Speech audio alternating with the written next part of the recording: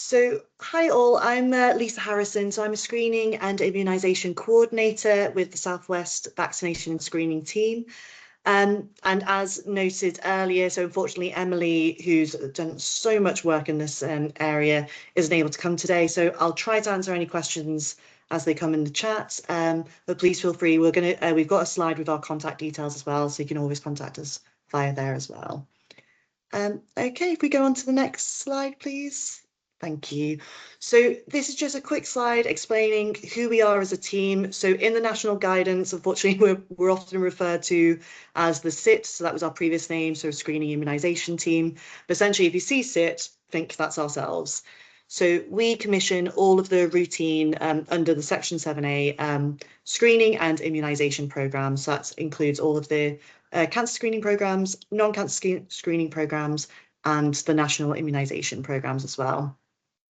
And as part of that commissioning, so we always want to really focus on whether our providers are giving that, are improving their uptake, but also addressing health inequities as well. So that inequity to accessing healthcare.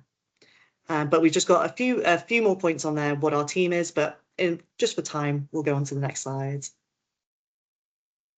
So you can see here, as part of our work, we collaborate with a lot of different groups. So within NHS England, but also outside, within UXA, who look at things more on a reactive basis, so for outbreaks and things like this. With OHID as well, and with our cancer alliances and learning disability teams as well. That's also on here. I think we don't have our third sector organisations as well, so we also work with them as part of our overall team. If we go on to the next slide, please. Thank you. You likely all know this already, but just wanted to a very brief overview on the screening programmes in NHS England.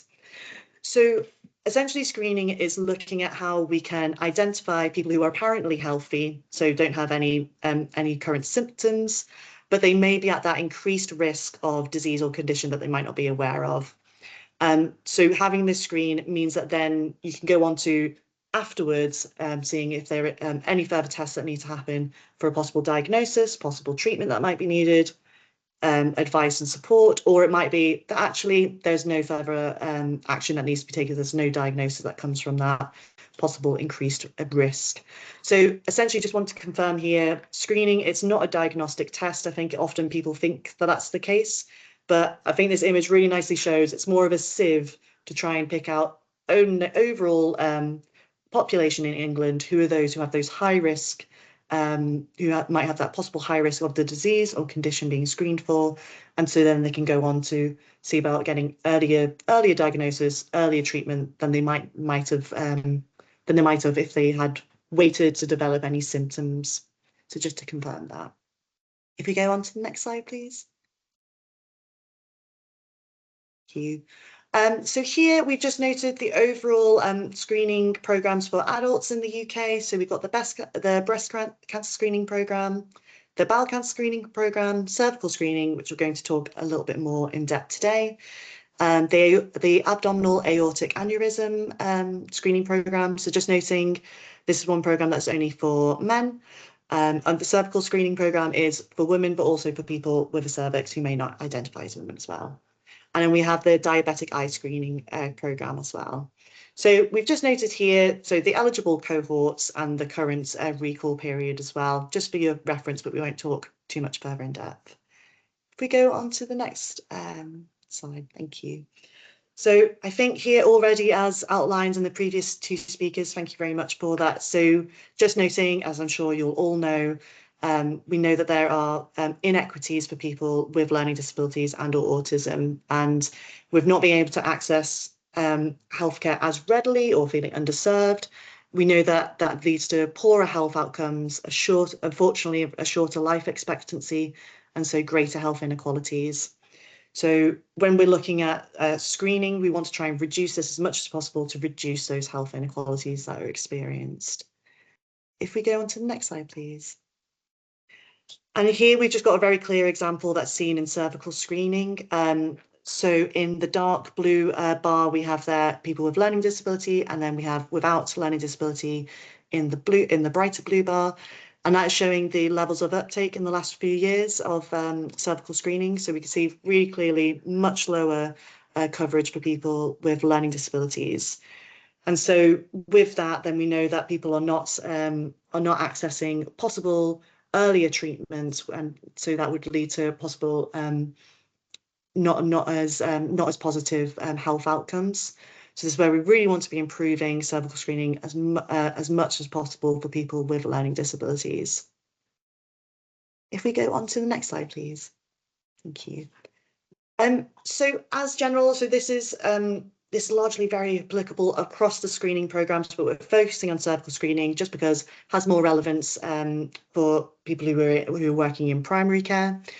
But across the board, we want to be understanding our population that we're serving and knowing what are the barriers that they're facing. So that is to help to address their needs. That's very specific. So say to your area, for the people that you're serving, but also to the individuals, because everybody will have slightly different needs. And being able to access those individual needs means that you're supporting that faster diagnosis of any screened cancers to achieve those better health outcomes.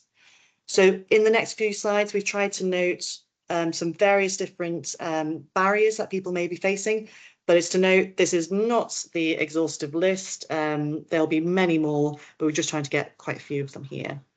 So we've looked at it based on individuals and then structural barriers. So individuals looking at it from the patient's perspective. So we know that there might be a lack of knowledge about screening, about why it's needed, especially, so as noted before, with Becky stating, you know, health is only if you have a symptom, if you're feeling ill. So these are kind of things that are one of the barriers that we can have. Also just on general communication. So, you know, are we making sure that people are able to understand screening in their own language, in things that can support their communication as well. Across the population in general as well, we know that there's a lot of fear, stress and anxiety around cervical screening. So this can be a really big barrier. And some of those social norms around cervical screening as well, that can be a really big barrier with this. And then just a lack of previous experience or a previous positive experience. And then hearing things from friends and family can be a real big barrier, as we know. In terms of structural, so this is looking at it more from the healthcare provider point of view. So there can be that lack of awareness of people's eligibility for screening, cervical screening, especially for people with learning disabilities. There can be a bit of fear or anxiety around supporting people about, do they have the right resources available, knowing what is available first off as well. And looking at the physical environment, is it accessible for a person who may have mobility? They may need further support with their mobility. And we're going to talk a bit more later about inappropriate ceasing from the cervical screening programme. And then we know as well what can be a really large issue is the ability to flag on the system, on the general practice system for that a person has a learning disability, and does that pick up correctly with their invitations and things. We'll go on to the next slide then. So what are some practical things that can work? We're going to talk about this much more in the next few slides as well, but just in general, what we know is reasonable adjustments is a really positive thing for individuals. And this looking at that on that, you can look at it from the population basis, but also for your individuals as well. So we know easy read materials can be really supportive, sharing information, so with the individuals but also with their families and carers to support those making best interest decisions.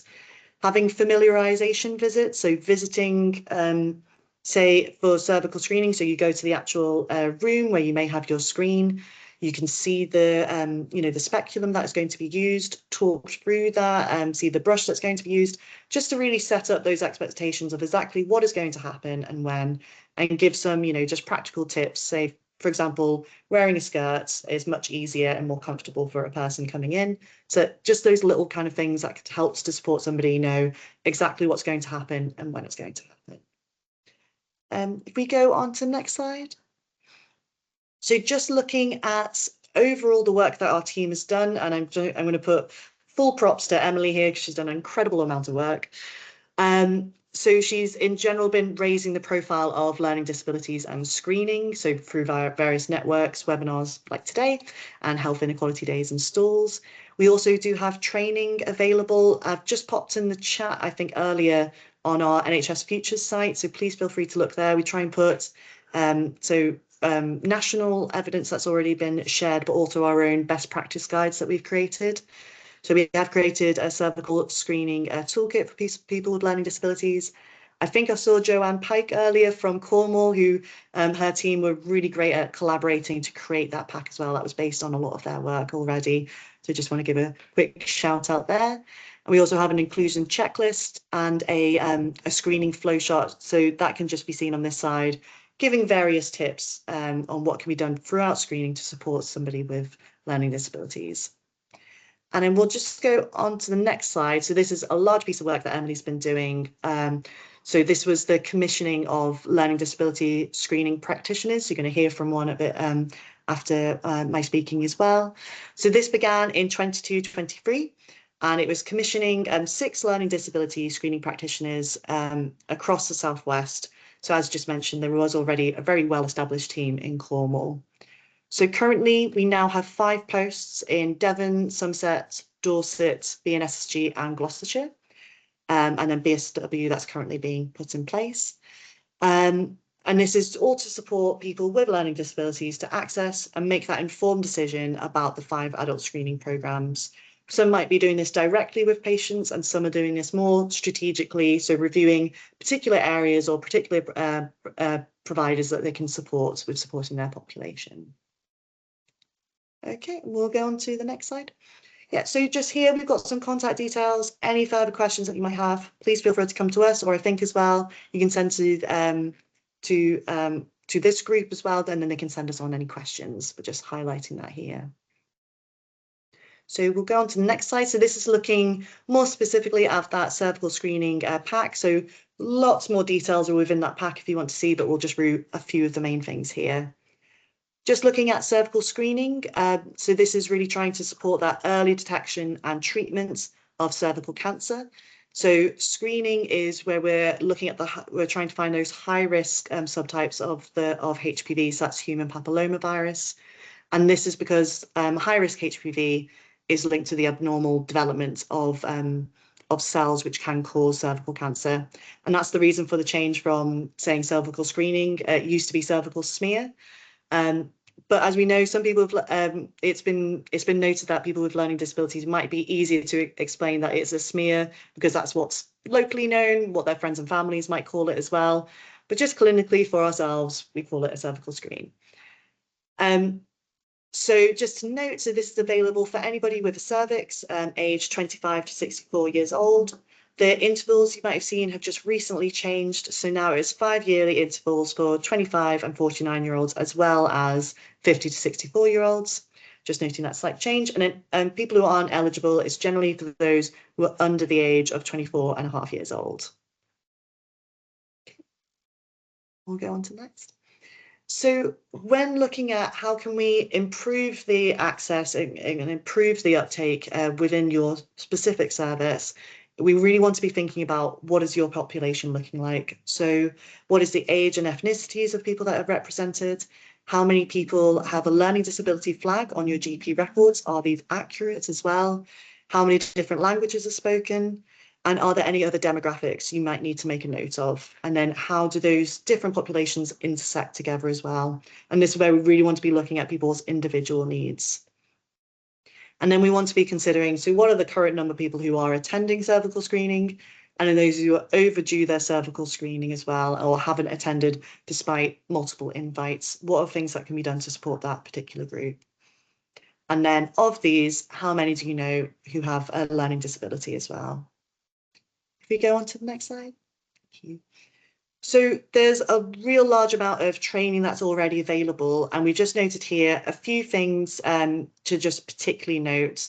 So we want to make sure that all screening sample takers are up to date with their training, but also making sure that they're up to date with how to make those reasonable adjustments. And we'll talk through a few more of those specific ones in just a moment.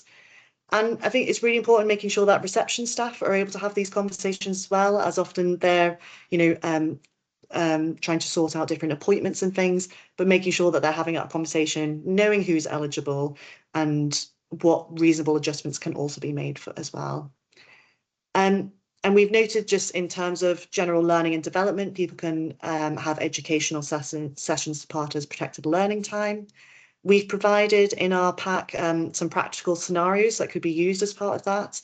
It looks at various different things. We'll talk about that in a bit in a moment, but we look at various different scenarios and what are some of the top tips that could be done to improve the scenario that's given. Could be budding up with another surgeries as well to help to improve access to cervical screening, trying to discuss what they found worked, what hasn't. So just trying to give some practical tips there. If we go on to the next slide, please. Thank you. So this is looking at overall what can be done. So firstly, we want to make sure that people have a positive experience from their first experience and every time that they engage in cervical screening. So we know that people already come into cervical screening with quite a lot of fear, quite a lot of anxiety. They might have heard things from friends and family, which might have changed their view, or it might be that they could hear from friends and family a really positive experience. That's what we want to be making sure everybody is experiencing a positive experience when coming in for cervical screening, trying to reduce that fear and anxiety around it. When making that informed choice, we want to be making sure so a person knows why they're being offered screening, what happens during the test, the benefits and the risks of screening, the potential outcomes, and what happens to their screening records. So as part of that, that's what we want to be using. So we've got this easy read guide here. That's really helpful, just making sure that people know exactly what's going to happen and why they're being invited. There's also lots of videos out there that can be used to help with making that informed choice. So there's a wealth of different resources. And I think that was really highlighted before by the example from Becky of being able to share that information about what screening is and then making that choice with family members as well as needed. So as part of this, we need to be supporting people's education, their communication and their understanding of the cervical screening programme. So that can be making sure that you know what a person's individual communication strategies are. So it could be using Makaton, it could be using a picture exchange communication system. So they're needing to have that conversation about what's specific to that individual. So as we've noted, using our easy read guides as well, which are available, lots of videos, which I think we'll be looking at later as well, and if any translated materials are needed as well. And then looking at what targeted resources or interventions could be used. So this is where having those conversations with the individuals on how they want to be communicated, where is best to share the message, and what do people need to know, and what do people want to know. So also, if you were looking at it from a population point of view, you might want to engage with local charities that you know of, or just local community groups as well, and that could be a really targeted way of having these conversations. If we go on to the next slide, please. So the next few slides, a lot of information on here. We are sharing the slides, so appreciate a lot, very wordy. I won't go through everything here, but it's just noting here are some really practical, reasonable adjustments that can be made. So we've talked about having those longer appointment times, but also those familiarization visits as well, just to help people really understand what is going to happen when. I know one practice has made a video to show a person, what will happen when they come in, they go to reception, they go to the room, and it's just a really nice way of visualizing that aspect. Looking as well if anybody needs physical support, so we've got just further information on what that might be there. And is there a way of reviewing the consultation room to make it as welcoming as possible? It might be looking at, can we reduce the amount of noise? Is there a way of making it more a private space? And when we've noted here on the drop-in clinic, that's what can help with that if it's outside of working hours.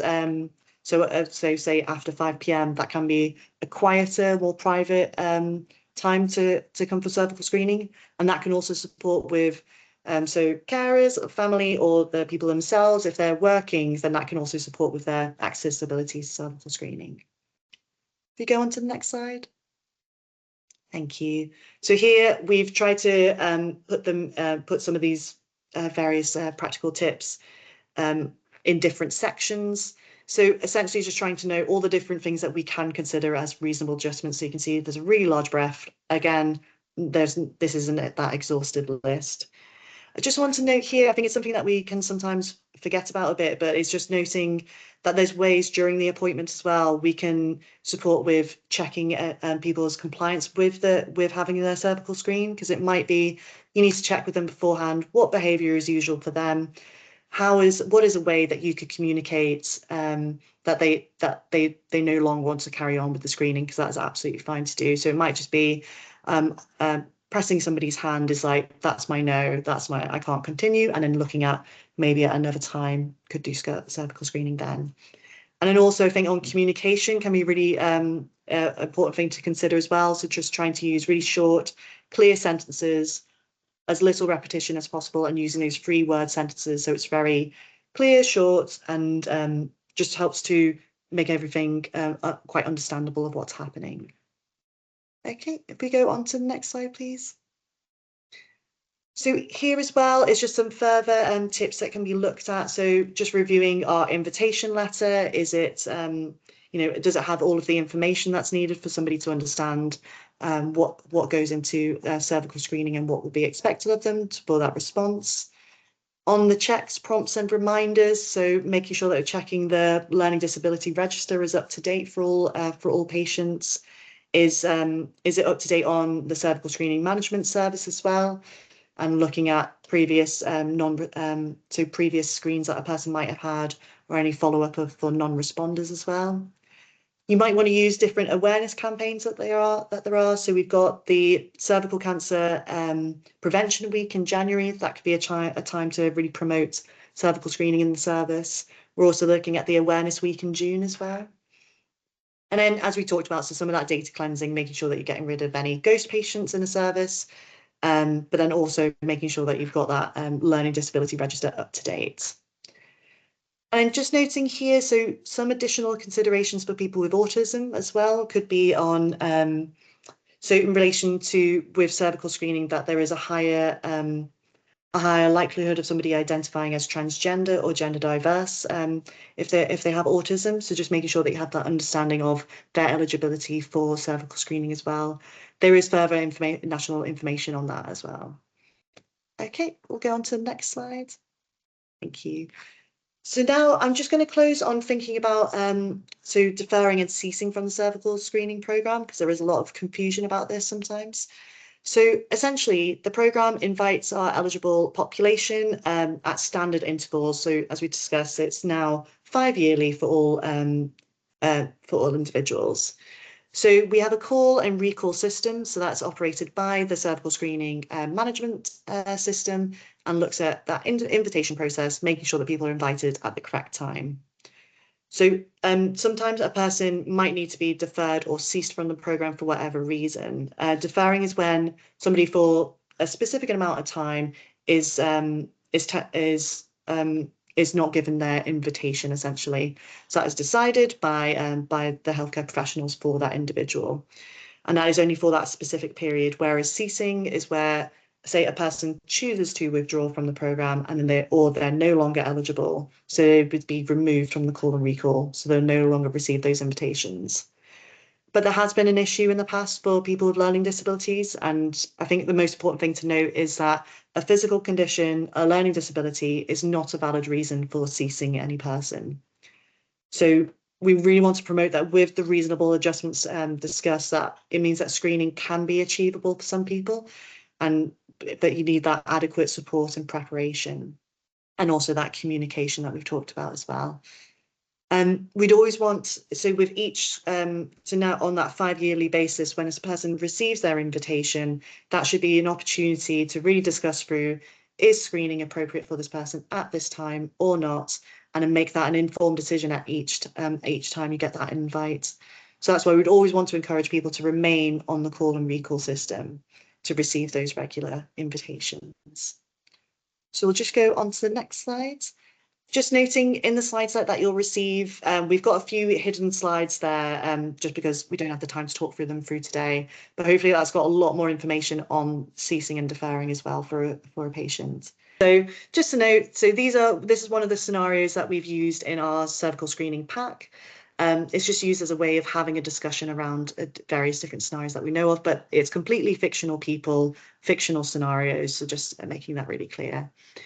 But if we go on to the next slide, I just want to look at more the learning that comes from it.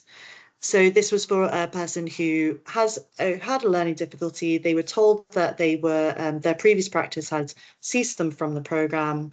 They went to an organisation who said that actually they are still eligible, and had that conversation with them to be able to have a cervical screen. So just noting some of the learning from this. So that original practice should have gained Kate's informed consent, or with her family members as well, on whether screening is appropriate for them or not before ceasing them from the programme. And ideally, they should have been kept on the call and recall system to be able to have that conversation at each invitation. They should have referred to the national guidance on this as well, so that's linked there. And making sure that all staff are aware of. So in this scenario, it may have come from reception staff. We know that that have happened in the past. It may have come from the cervical screener, or it could have come from a GP. So just making sure that all staff know that a person having a learning disability is not a valid reason for ceasing from the programme.